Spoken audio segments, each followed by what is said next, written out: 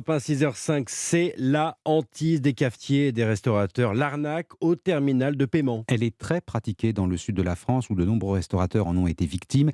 La gendarmerie a d'ailleurs lancé une alerte sur les réseaux sociaux. Concrètement, Clotilde Dumay, en quoi consiste cette arnaque au terminal de paiement ? Eh bien, c'est très simple. Pendant un moment d'inattention, le terminal de paiement par carte bancaire d'un restaurant est remplacé par celui d'un escroc. Résultat, l'argent des clients n'arrive pas sur le compte des professionnels, mais sur celui du voleur. Jean-Pierre Guillory est propriétaire de plusieurs établissements à Cannes.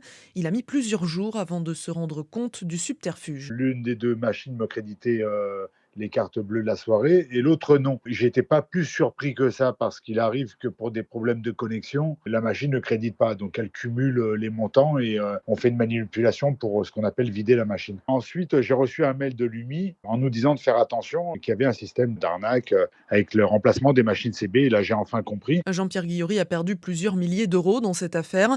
Alors avant que l'arnaque ne prenne de l'ampleur, Brice Sanac donne quelques conseils. Il est président de l'UMI, l'Union des métiers et des industries de l'hôtellerie dans les Pyrénées-Orientales. Bien connaître son numéro de TPE qui est imprimé sur chacun des tickets de carte bancaire. Ensuite, vous pouvez identifier votre TPE avec un autocollant qu'on ne peut pas reproduire. Et puis, être vigilant quotidiennement avec ses caisses. Dans les Pyrénées-Orientales et les Alpes-Maritimes, une douzaine de restaurateurs auraient déjà été victimes de l'arnaque. Clotilde Dumay.